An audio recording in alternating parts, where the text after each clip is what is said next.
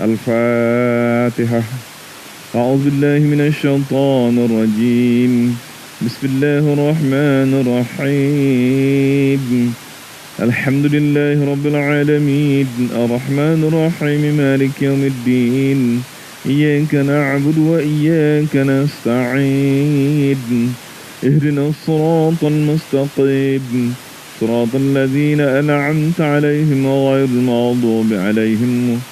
غير المغضوب عليهم ولا الضالين آمين. أعوذ بالله من الشيطان الرجيم. بسم الله الرحمن الرحيم. الحمد لله رب العالمين حمدا يوافي نعمه ويكافئ مزيده. يا ربنا لك الحمد كما ينبغي لجلال وجهك الكريم وعظيم سلطانك. تحصنا بذي العزة والجبروت واعتصمنا برب الملكوت وتوكلنا على الحي الذي لا يموت. اللهم اصرف عنا هذا الوباء وقنا شر الرداء ونجنا من الطعن والطاعون والبلاء بلطفك يا لطيف يا لطيف يا لطيف يا خبير يا خبير يا خبير إنك على كل شيء قدير وبالإجابة جدير. نعوذ بكلمات الله التامات من شر ما خلق. بسم الله الذي لا يضر مع اسمه شيء في الأرض ولا في السماء وهو السميع العليم. ربنا آتنا في الدنيا حسنة في الآخرة حسنة وقنا عذاب النار. ربنا هب لنا من أزواجنا وذرياتنا قرة أعين واجعلنا للمتقين إماما. وصلى الله على سيدنا محمد وعلى آله وصحبه وبارك وسلم. سبحان ربك رب العزة عما يصفون سلام على المرسلين والحمد لله رب العالمين. تقبل الله منكم. الحمد لله رب العالمين والصلاة والسلام على أشرف الأنبياء والمرسلين وعلى آله وصحبه ومن تبعهم بإحسان إلى يوم الدين. فقال تعالى في كتابه الكريم قالوا سبحانك لا علم لنا إلا ما علمتنا إنك أنت العليم الحكيم. بسم الله الرحمن الرحيم. رب اشرح لي صدري ويسر لي أمري واحلل عقدة من لساني يفقه قولي. صدق الله العظيم صدق الله العظيم وصدق رسول الله الكريم. ولا حول ولا قوة إلا بالله العلي العظيم. Tuan-tuan dan hadirin yang dirahmati Allah sekaliannya, pertama-tama kita memanjatkan puji dan syukur kita ke hadirat Allah SWT kerana pagi ini kita dapat meneruskan lagi kuliah subuh ini ya, selepas solat fardu subuh berjamaah dan membaca ayat-ayat suci Al-Quran secara berjamaah juga. Terima kasih banyak kepada barisan pengurus jawatan kuasa Masjid Panco Jaya yang telah cukup bersungguh lumus juga ya, sentiasa menjayakan yaitu majlis ilmu di antaranya seperti kuliah subuh pada pagi ini dan kuliah maghrib dan juga kuliah-kuliah duha dan juga kuliah yang lain seperti kuliah perdana dan lain-lain sebagainya. Tuan-tuan hadirin yang dirahmati Allah sekalian, salam dan salam kepada baginda Rasulullah sallallahu alaihi wasallam. Mari kita tengok muka surat kitab kita ni ya, pada pagi ini 174. Betul muka surat 174.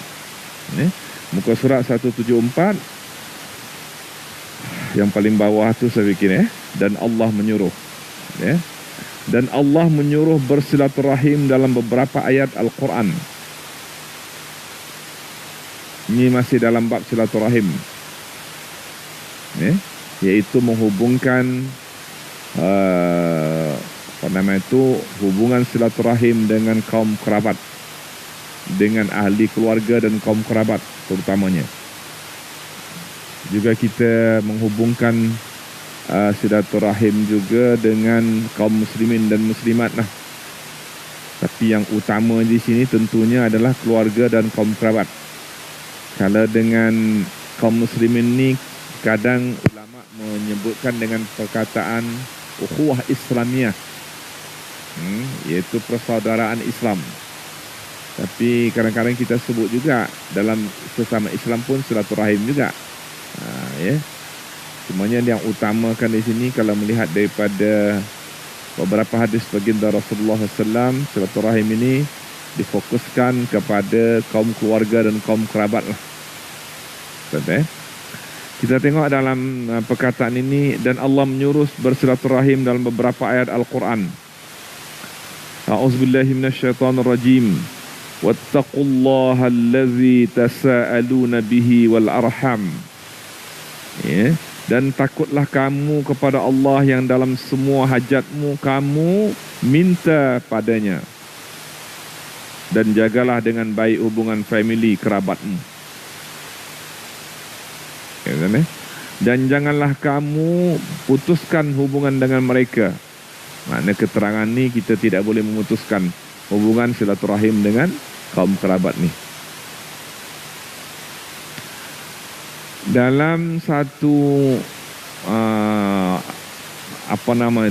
hadis baginda Rasulullah SAW dinyatakan juga bahawa kalau kita tak kata memutuskan, kita tidak kata saya putus persaudaraan dengan awak, tak kata macam itu pun, tak kata macam itu pun, ya.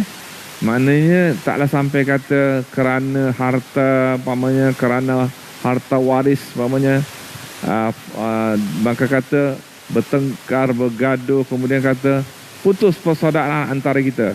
Dia tak cakap macam itu pun, tak sampai cakap macam itu. Tapi kalau dia dua perkara, dia boleh menjejaskan silaturahim. Dua perkara dia tak buat. Pertama, dia tidak menziarahi ataupun tidak berhubungan dengan saudaranya.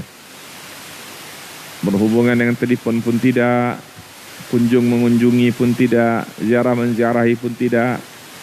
Okey, pertama. Yang kedua, dia tidak menolong saudaranya ini yang miskin, padahal ada kemampuan padanya. Ini pun boleh sudah dinyatakan sebagai memutuskan silaturahim. Maknanya dia tak langsung tidak berhubungan. Melalui telefon pun tak berhubungan. Apalagi ziarah pun tak berziarahi, ya kan? Kemudian yang keduanya, dia tidak mau menolong saudaranya yang miskin, yang berhajat, apatah lagi yang fakir, padahal dia boleh tolong. Kan? Jadi wa'ati dzal qurba haqqahu, laksanakan kewajipanmu terhadap kaum kerabatmu. Ada hak dia. Termasuk hak dia itu kita bertanya khabar, menziarahinya dan juga menolongnya apabila dia susah.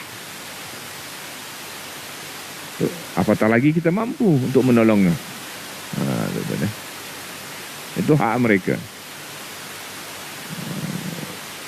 Kan kadang-kadang sebab bergaduh tu dia tak mau tolong, wamengan, sebab bergaduh lah punya pasal ni. Padahal orang Melayu kata orang-orang bersaudara, family, kerabat ni air dicincang tak akan putus kan. Tapi nampaknya macam putus juga, sebab bertahun-tahun tak bertegur siapa, tak berhubungan. Kesan apa? Kerana harta pusaka. Harta pusaka punya masalah.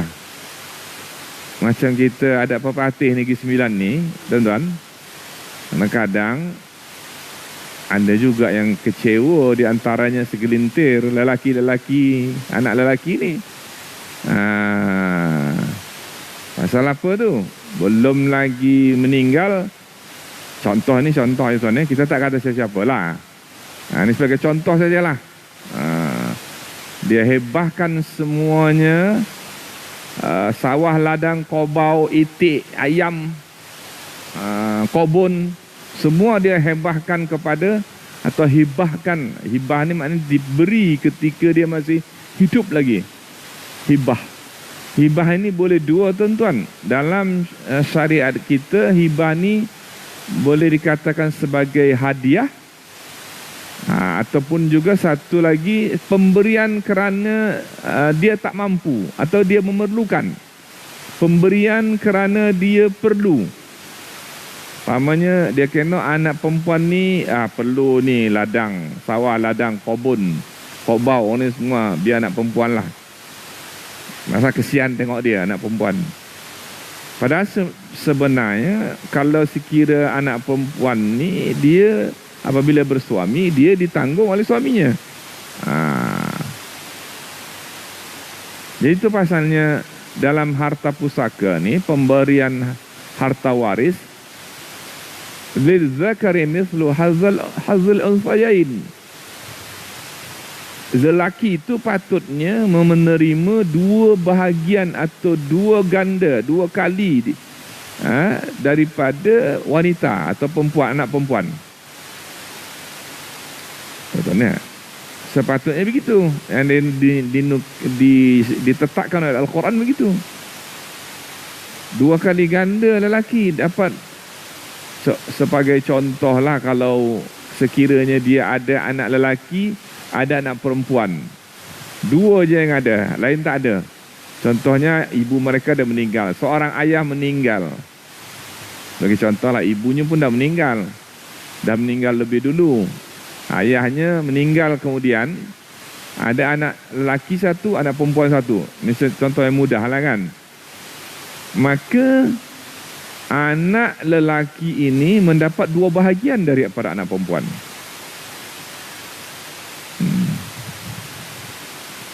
Anak lelaki ini mendapat dua bahagian daripada anak perempuan. Kalau ibunya sudah meninggal. Kalau ibu ada, apabila anak ada, ibunya atau isterinya mendapat 1/8 bahagiannya. Kalau ada anak 1/4. Kalau ada anak 1/8. Ini emaknya, ibunya dah tak ada, isterinya ni dah tak ada, tinggal suaminya. Kemudian suami meninggal, katalah ada mereka duit meninggalkan pusaka, ini ringkas sajalah 30,000 RM umpamanya. 30 RM, 1000 RM. Berapa anak lelaki, berapa anak perempuan? 20,000 anak lelaki, 10,000 anak perempuan. Kan lebih banyak lelaki tu. Itu dikatakan lizzakari mithlu hazil unsayain. Maknanya anak lelaki itu menerima dua bahagian daripada anak perempuan. Jadi kalau ada kobau 30, contohlah kita ambil kobau dah kan. Kocik-kocik jaga kobau. Dah bosan dan merantau. Yang jaga kobau siapa? Anak lelaki. Tapi dah meninggal, belum meninggal lagi. Contoh, sebagai contoh aja. Ni kobau saya ni, saya hibahkan semua kepada anak perempuan. Dah lah kocik-kocik jaga kobau, dah bosan, dah meninggal, tak dapat kobau. Dia tak dapat kobau, merantau lah. Itu jadi dia, apa nama tu, keluar dari kampung tu. Itu sebagai contoh. Sebagai contoh tuan ya. Ni kita tak kata siapa-siapa lah tuan. Bila dah keluar, siapa lelaki-lelaki yang ada di kampung tu? Tinggallah anak-anak perempuan tu, kesian dia, anak dara. Jadi anak dara tua lah dia, kan? So, laki-lakinya keluar dah, habis dah. Ini sebagai contoh ni, ini asumsi saya je. Tapi boleh jadi perkara ni, boleh pergi. Tapi Alhamdulillah lah, sekarang ni nampaknya kefahaman dalam perkara ni telah meningkat. Itu kan, kita telah mengikut hukum syarak, ya, kita telah meningkatkan kefahaman kepada perkara ni. Jadi apa yang dikatakan apa nama tu, adat bersandarkan syarak tu, syarak bersandarkan kitabullah Al-Quran tu, insya-Allah patutnya dilaksanakanlah. Dilaksanakanlah. Betul ya? Patutnya begitulah. Kan, kalau patutnya begitulah. Ya, sebagaimana yang dinyatakan begitu, begitulah patutnya. Melainkan kalau sekiranya dia telah bagikan pusaka tu mengikut faraidnya, mengikut hukum Allah, kemudian dengan relanya, ridanya anak lelaki tu beri kepada anak perempuan, ke adik perempuannya, itu boleh je. Sebab dia dengan rida ni, saya bahagian saya ni, sebahagian ini saya bagi kepada adik perempuan ni, saya bagi kepada dia sebab kesian dia ni. Contohnya itu tak mengapalah. Itu hibah dia pula lah kan, pemberiannya. Jadi tuan-tuan, kepada hibah tadi ni kita tengok bahawa boleh dihibahkan kepada anak-anak ni sebelum lagi ibu bapa ni meninggal. Iaitu hibah ni boleh jadi hadiah pemberian ataupun kerana anaknya tu perlu, macam keperluan seolah-olah sepertinya sedekah jugalah, sedekah. Sebab dia perlu tu, memerlukan, maka dihibahkannya. Jadi semasa hidup dia boleh hibah. Cuma ada sebahagian ulama mengatakan hibah ni pun kena adil juga. Jangan dihibahkan semua kepada anak perempuan. Walaupun hibah ni tak ada hadnya, boleh bagi suka hati berapa nak bagi semasa hidup lagi. Berlainan dengan wasiat. Wasiat ni dia hanya boleh diberi tidak melebihi daripada 1/3 dari harta yang ada. Tak boleh wasiatkan semua harta tu kepada pada anak atau pada sesiapa yang dia nak suka. Tidak boleh melebihi 1/3 wasiat. Jadi bila dia meninggal, dia laksanakanlah wasiat tu. 1/3 paling banyak. Bakinya itu difaraidkan lah. Jadi harta waris lah. Kalau hibah, boleh je suka hati berapa semasa dia hidup lagi.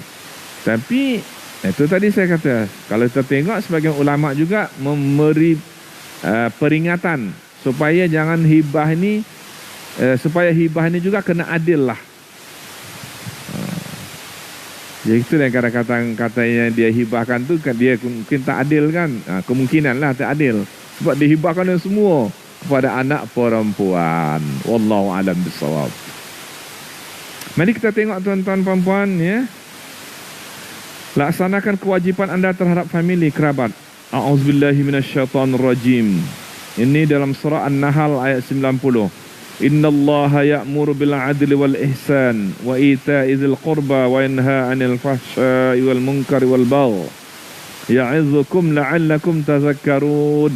Ini kalau kita perasankan tuan-tuan, di akhir khutbah kedua imam baca, khatib baca ini kan, akhir khutbah kedua ni, innallaha ya'muru bil 'adli wal ihsan wa ita'i dzil qurba wa yanha 'anil fahsya'i wal munkari wal baghi ya'idzukum la'allakum tadhakkarun. Itu adalah dalam surah An-Nahl ayat 90. An-Nahl ayat 90. Ya, apa maksudnya? Maksudnya, dan Allah melarang perbuatan-perbuatan dosa, perbuatan-perbuatan ini. Allah menyuruh dulu ya. Allah menyuruh berbuat adil. Berbuat adil ya. Allah menyuruh untuk berbuat adil ni maknanya diartikan sebagai beriman kepada Allah. Bil adli, yakni berbuat adil, luruskan kita keyakinan kita, iaitu beriman kepada Allah. Allah menyuruh kita untuk beriman kepada Allah dan berlaku baik. Wal ihsan, berlaku baik. Berlaku baik terhadap sesama makhluk. Beriman kepada Allah dan berlaku baik kepada sesama makhluk. Kemudian wa ita'izil qurba, dan menyambungkan hubungan, iaitu kekeluargaan. Jadi nombor berapa tu? Nombor 3 tu Mula-mula beriman kepada Allah. Yang kedua, berbuat baik pada sesama insan ini. terutamanya sesama insan ni, utamakanlah dulunya ibu bapa lah. Ibu bapa dulu kan. Kemudian hubungkan silaturahim sesama kaum kerabat. Itu dah. Jadi nombor 3 lah tu ya, peringkatnya ya.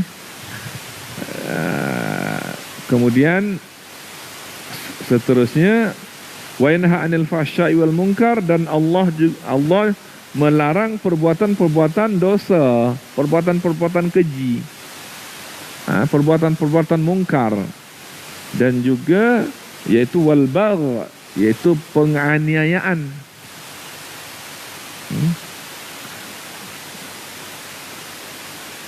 Penganiayaan, betul ya? Kemudian ya'idzukum la'allakum tazakkarun. Allah menasihatkan padamu supaya kamu sedarlah, ingatlah. Macam tu.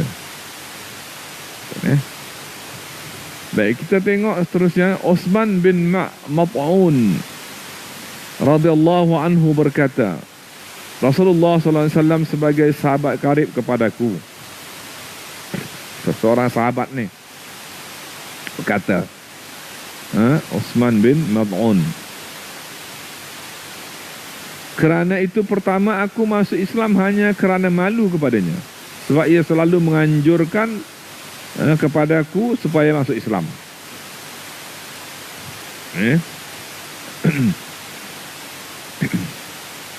Maka saya pun masuk Islam, tetapi hati saya belum lagi mantap masa tu, belum lagi kokoh.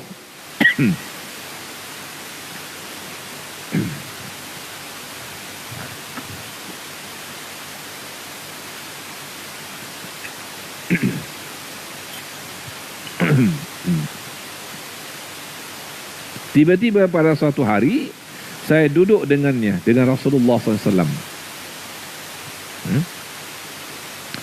Sebab mulanya Rasulullah selalu mengajak masuk Islam, berimanlah. Jadi saya pun masuklah Islam, tapi walau mungkin mula-mulanya hati saya pun belum lagi kukuh, belum mantap lagi lah katanya. Tapi sebab ajakan Rasulullah itu pun saya masuk Islam lah. Tiba-tiba sampailah pada suatu hari, katanya, saya duduk dengan Rasulullah SAW.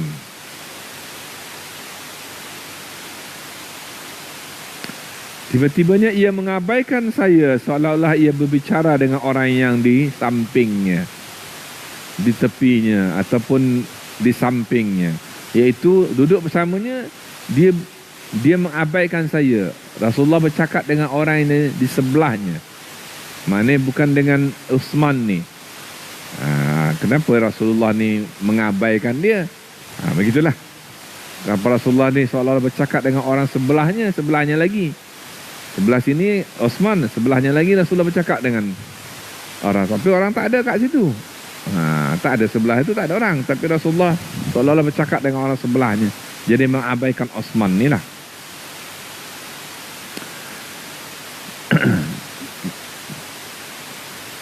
Kemudian ia menghadap kembali kepadaku sambil berkata, kemudian Rasulullah kembali menghadap kepada Utsman Maf'un. Kata Rasulullah, sesungguhnya, kata Rasulullah bersabda, malaikat Jibril telah datang kepadaku membawa ayat ini. Membawa ayat, iaitu ini ayatnya.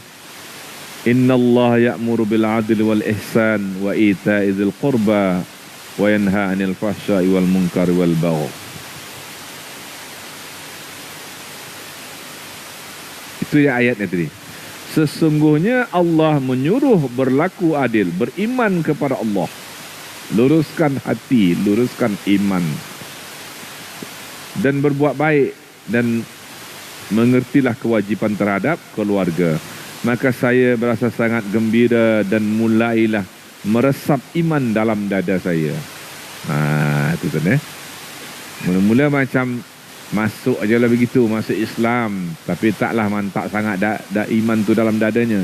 Tapi setelah dia satu hari duduk bersama Rasulullah, dan Rasulullah menerima iaitu wahyu ini dari surah An-Nahl ayat 90 ni, Innallaha ya'muru bil 'adli wal ihsan wa ita'i dzil qurba wa yanha 'anil fahsya'i wal munkar wal baghi. Ni maka ketika mendengarkan ayat yang diturunkan oleh Jibril itu, maka rasa saya pun lebih mantap lah, hati saya pun jadi mantap katanya untuk beriman kepada Allah Subhanahu wa taala.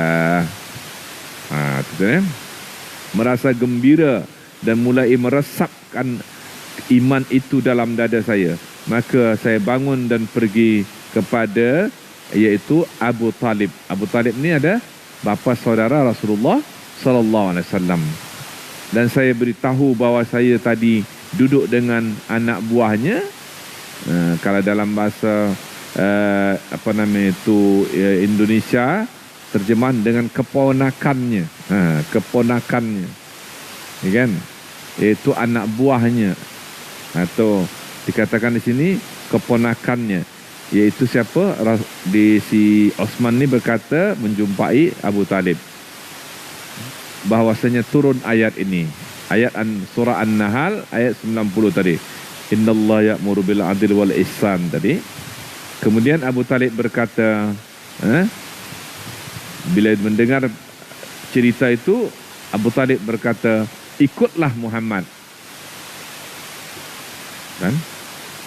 Niscaya kamu beruntung dan akan terpimpin, terpandu kamu.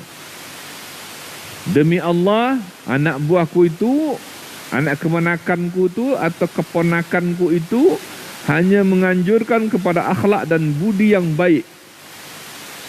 Akhlak yang baik. Demi Allah ni. Jika ia benar atau dusta, maka tidak mengajak kamu kecuali kepada kebaikan. Dia benar dan dia tidak berdusta. Dia tidak pernah berdusta. Dia sentiasa mengajak kamu kepada kebaikan. Ketika Nabi sallallahu alaihi wasallam mendengar suara Abu Talib semikian, maka ia ingin kalau ia masuk Islam juga, yaitu Abu Talib.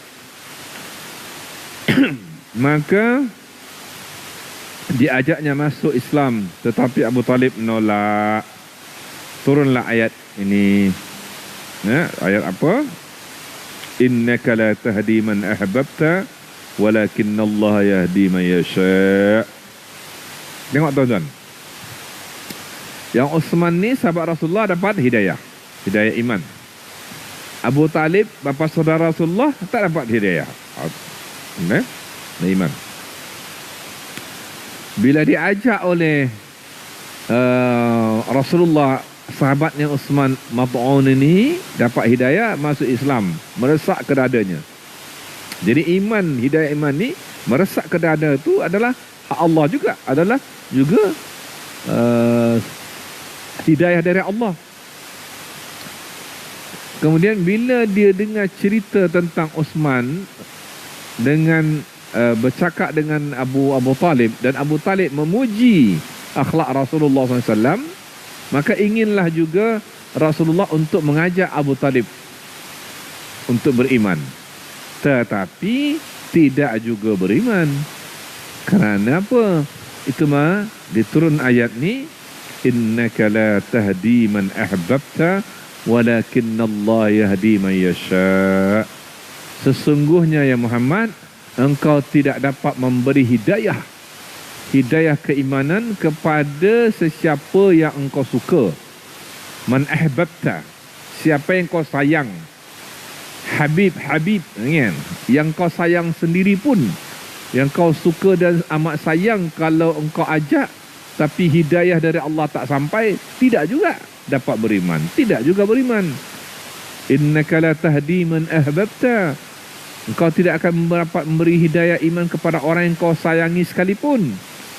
Walakinnallaha yahdi man yasha', melainkan Allah jugalah yang dapat memberi hidayah iman ini kepada sesiapa yang disukainya, yang disukai oleh Allah. Jadi tuan-tuan, kita ni beruntung sangat sebenarnya. Rasulullah tak sampai mengajak kita pun, tak sampai cerita pun macam Uthman sahabat Rasulullah ni Yang ketika surah turun, wahyu turun di samping Rasulullah. Rasulullah jauh dah dengan kita. 1442 tahun yang lalu lebih kurang. Lebih lagi daripada itu kan. Ketika Rasulullah telah diangkat menjadi Rasul di Makkah. Maka kita beriman, alhamdulillah, maknanya kita telah mendapat hidayah iman. Kalau kita bandingkan dengan Abu Talib yang telah banyak berkorban menolong perjuangan Rasulullah kerana menolong anak buahnya kan, anak keponakannya tadi tu kata tadi, makanya dibandingkan dengan kita, apa sangatlah jasa kita berbanding dengan Abu Talib. Tuan-tuan, jadi kita sebenarnya telah beruntung, bersyukur kepada Allah SWT dapat hidayah iman ni. Kita peganglah hidayah iman ni sehingga akhir hayat kita, sehingga kita sebelum meninggal, janganlah kita meninggal kecuali dalam iman. Ittaqullaha haqqa tuqatih wa la tamutunna illa wa antum muslimun. Bertakwalah kita kepada Allah dengan sebenar-benar takwa, dan janganlah kita mati melainkan dalam Islam, dalam iman. Kita kena jagalah tu baik-baik. Kita kena jaga baik-baik tu, tuan. Kerana kita lebih baik lagi daripada orang-orang yang hatta keluarga baginda Rasulullah pun ada yang tidak beriman, seperti Abu Talib. Kalau kita tengok kisahnya, malah dia pujuk juga bapa saudaranya ni sehingga akhir hayatnya, sehingga sebelum dia meninggal, sebelum menghembuskan nafasnya yang terakhirnya, Rasulullah masih lagi memujuk bapa saudaranya untuk beriman kepada Allah. Tetapi sehingga kan ada dinyatakan dalam kisah itu, Rasulullah bersumpah sedikit. Bersumpah, beginilah sumpah, karena dia tak juga beriman. Wallahi la astaghfiranna laka ma lam unha anka. Demi Allah, wahai bapa saudaraku, aku akan memohon kepada Allah untuk keampunan bagi kamu, bagi engkau, sekiranya aku tidak ditegah berbuat demikian. Sekiranya boleh, sekiranya boleh, gitu je lah. Kalaulah boleh, aku demi Allah, aku akan minta ampun kepada Allah untuk engkau, untuk mohon kepada Allah untuk supaya mengampunkan engkau, sekiranya boleh. Itu kan saya, jika boleh, ceritalah ya, jika boleh. Sebab dulu-dulunya Nabi Ibrahim pun pernah juga cuba nak minta ampun kepada Allah bagi pihak ayahnya, untuk ayahnya Azar namanya. Dan ayahnya Nabi Ibrahim ini, Nabi Ibrahim ini tidak juga beriman sehingga dia meninggal dunia. Jadi dia mintalah kepada Allah supaya Allah mengampunkan ayahnya ni. Tapi Allah berkata tak boleh, tak dapat, sebab itu bukan keluarga engkau, sebab dia kafir, dia tidak beriman. Dia tak boleh, dilarang oleh Allah untuk mohon keampunan walaupun dia ayahnya. Jadi maka Rasulullah pun buat sikit macam Rasulullah pun membuat satu macam, kalau bolehlah betul, malam unha anka, kalau sekiranya aku tidak tegah berbuat demikian. Itu yang Rasulullah sumpah begitulah. Tapi pun tak boleh juga. Memang tak boleh. Sebab hidayah iman itu hanyalah dari Allah Subhanahu wa ta'ala sahaja. Betul ya? Baik. Dalam ayat fahal asaitum in tawallaitum an tufsidu fil ardi wa tuqatti'u arhamakum ulaika allazina la'anahumullahu fa asammahum wa a'ma absarahum. Kita ambil sikit lagi tuan-tuan kejap lagi berapa minit lagi ni? Ini biasa 7.30 kan? 7.30 biasa kan? Berapa minit aja tinggal lagi. Okay? Jangan tuan-tuan sabarlah sabar sikit tuan-tuan. Sabar. Dan bukan yang 1-2 jam pun. Kalau 1-2 jam takut saya seorang kat sini kan. 1 jam lagi saya nak sambung. Saya takut saya seorang kat sini nanti ni. Kan betul tak? Ni apalagi subuh-subuh ni kan. Subuh-subuh ni kan maklumlah, mata sayu layu je. Tak apa kalau tuan-tuan mengantuk, bersandar kat dinding tu tak mengapa. Bersandar tidur sekejap pun tak apa. Tidur dalam keadaan tetap tu tak mengapa. Dan niat tadi, niat tahiyatul masjid apa ni, duduk apa itikaf tadi kan. Boleh lagi dapat pahala lagi. Duduk tetap tu, punggung ke bawah, bersandar. Tu kan, tak apa lagi. Boleh lagi, tak boleh sandar. Tidurlah. Apa? Sudah. Kata kemudian apakah ada kemungkinan jika kamu telah menjadi wali atau pemimpin di atas bumi ini lalu kamu merosak dan memutuskan hubungan keluarga, hubungan family? Mereka yang berbuat demikian itu orang-orang yang dikutuk oleh Allah sehingga dipekakkan telinga mereka dan dibutakan mata mereka. Ini dalam Al-Quran surah Muhammad ayat 22 hingga 23. Jadi ini ada, tentu ada apa nama tu kita kata di sini, kadang-kadang dalam ayat ini nyatakan kadang-kadang kalau manusia ni telah menjadi pemimpin, yes, umpamanya lah Allah bagi peluang untuk jadi pemimpin di atas bumi ini, kemudian tidak berbuat adil, merosakkan apa nama tu, kepimpinannya itu tidak adil, membuat kerosakan.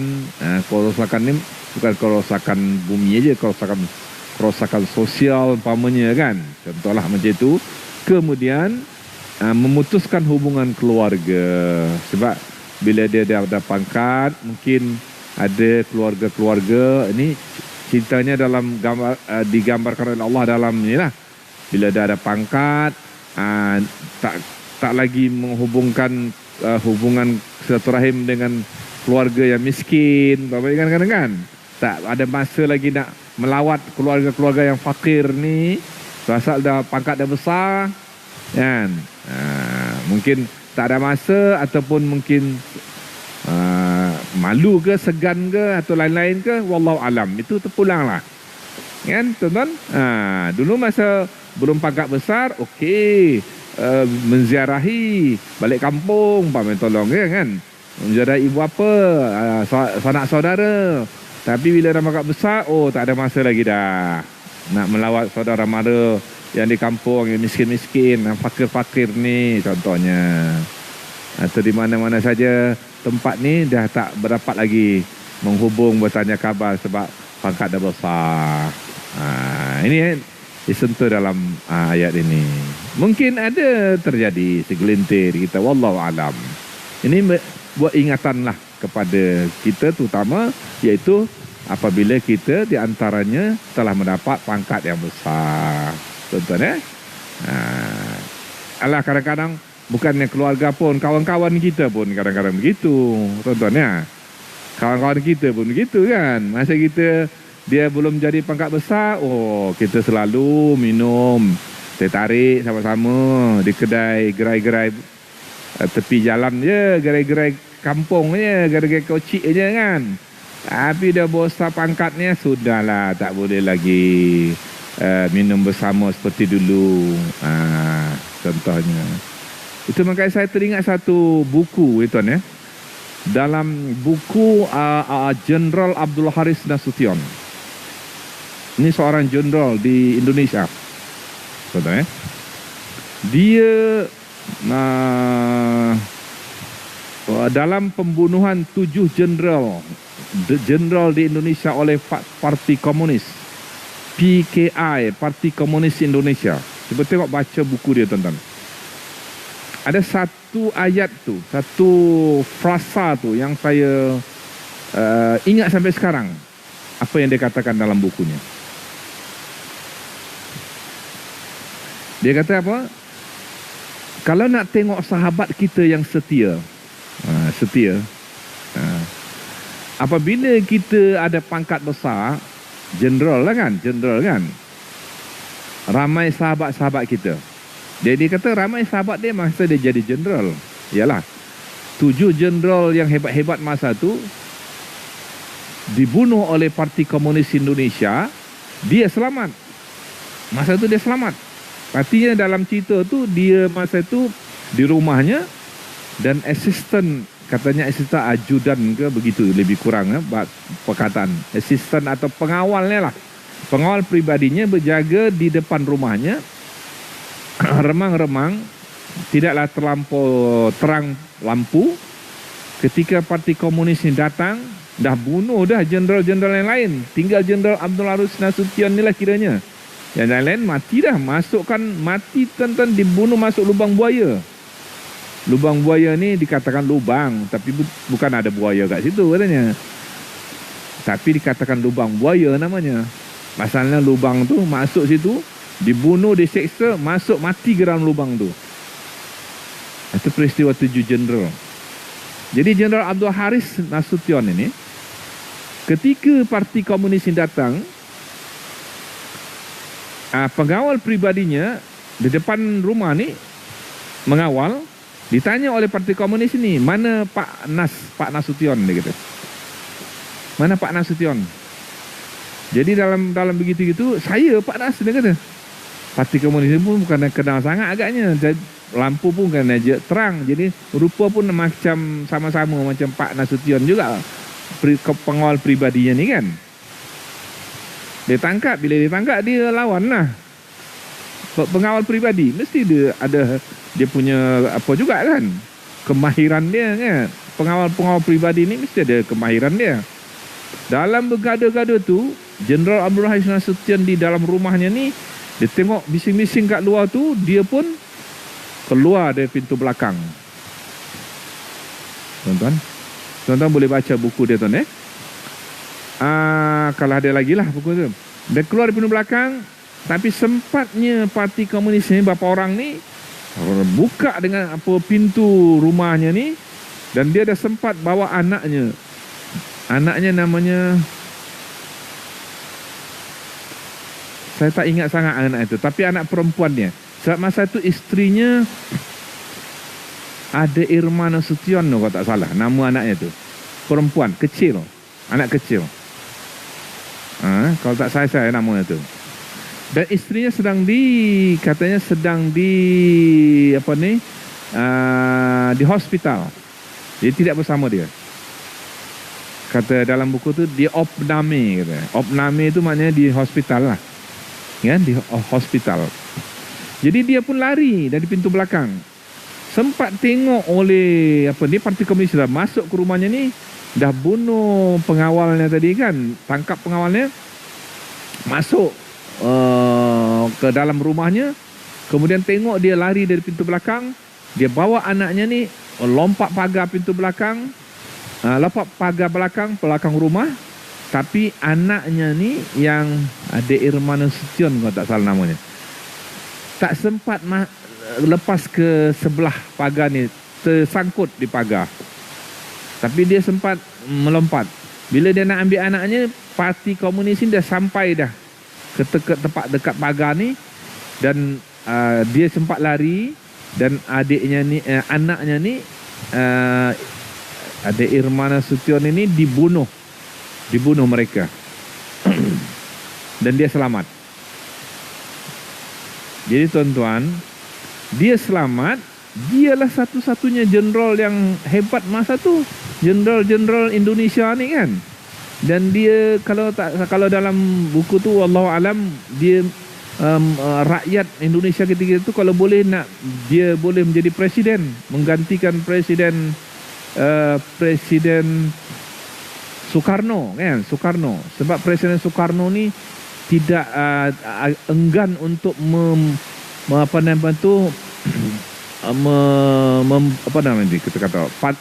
memberhentikan ataupun menghapuskan Parti Komunis Indonesia ni. Agak enggan dia. Bila agak enggan dia, rakyat nak Jeneral Abdul Haris ni untuk jadi presiden menggantikan Soekarno. Itu dalam buku tu. Itu ceritanya lah tuan ya. Tapi dia tidak berapa maun. tidak berapa apa, mungkin trauma lah kadang kan, dah dikejar oleh parti komunis begini, tapi dia masa jadi jenderal tu dia adalah di antara yang dihormati, disegani, banyak kawan lah dia tu. Betul ya? Jadi kalau saya tengok ceritanya itu, maka akhirnya Presiden Soeharto lah menjadi presiden, menggantikan Soekarno. Karena ketika itu dia menjadi apa namanya? Menjadi macam kita ni ketua angkatan bersenjata, ketua angkatan darat. Kan? Jadi dia menggantikan Presiden Soekarno. Itu menjadi Soeharto itu menjadi presiden. Gitu nih. Tapi yang saya tertarik dari bukunya, ini maafkan saya kalau ada tidak begitu tepat sangat ataupun tidak begitu lengkap, tapi saya ambil aja satu frasa daripada bukunya itu. Ketika saya menjadi jenderal, ramai kawan saya. Tapi bila saya berhenti, dah tak jadi jenderal lagi, begitu kan, dah pensiun kata dia, dah pension tuan, tak ada pangkat, tak ada apa lagi, saya barulah dapat menilai mana kawan-kawan yang setia. Maknanya kawan-kawan yang setia ni, dia tetap akan setia bersama kita walaupun kita tidak ada pangkat lagi. Nak menilai kawan-kawan setia ni tuan, kalau kita ada pangkat, ramai kan kawan-kawan kan. Tapi kita kalau dah ada pangkat, tak ada apa-apa lagi dah, tengok mana kawan kita yang masih lagi bersama kita, itu kawan yang setia tu. Wallahu alam bisawab. Jadi alhamdulillah lah, isteri kita, kalau kita tengok isteri itu adalah Rasulullah kata sentiasa menjadi kawan setia. Jadi jagalah isteri baik-baik. Itu kan. Jagalah isteri masing-masing baik-baik. Itu di antara kawan yang setia lah tu, kawan yang setia. Walaupun ada juga segelintir satu-satu kan. Abang banyak duit, abang sayang. Abang tak duit, tak ada, abang melayang. Itu ada juga. Itu wallahu alam. Itu lain cerita lah. Tonton ya. Tapi biasanya insyaAllah isteri kita ni adalah yang setia, insyaAllah. Tonton ya. Jadi sampai situlah dulu yang saya dapat sampaikan pada kuliah subuh pada pagi ini. Mohon maaf tuan-tuan kalau ada apa-apa yang tersilap, terkasar bahasa. Dan semoga kita berjumpa lagi pada bulan depan ya, untuk kuliah subuh. Sebab bulan ni dah habis dah, kira minggu keempat kalau tak salah saya, minggu keempat ni kan. Jadi kita jumpa lagi insyaAllah, iaitu kuliah maghrib pada minggu pertama dan kuliah subuh pada minggu ketiga dan keempat insyaAllah ta'ala. Aqulu qali hadza wa astaghfirullahalazim li wa lakum wa lisairil muslimin wal muslimat fastaghfiru fa ya fawzal mustaghfirin wa ya najatat taibin. A'udzubillahi minasyaitonir rajim. Bismillahirrahmanirrahim. Alhamdulillah rabbil alamin wassalatu wassalamu ala asyrafil anbiya'i wal mursalin wa ala alihi wa sahbihi wa man tabi'ahum bi ihsanin ila yaumiddin. Subhanakallahumma wa bihamdik nashhadu an la ilaha illa anta nastaghfiruka wa natubu ilaik. Rabbana zalamna anfusana wa illam taghfir lana wa tarhamna lanakunanna minal khasirin. Rabbana atina fid dunya hasanah wa fil akhirati hasanah wa qina azaban nar wa adkhilna al jannata bighairi hisab rahmatika ya arhamar rahimin. Rabbana hab lana min azwajina wa dhurriyyatina qurrata a'yun waj'alna lil muttaqina imama. وصلى الله على سيدنا محمد وعلى آله وصحبه وبارك وسلم. سبحان ربك رب العزة عما يصفون وسلام على المرسلين والحمد لله رب العالمين ولا حول ولا قوة إلا بالله.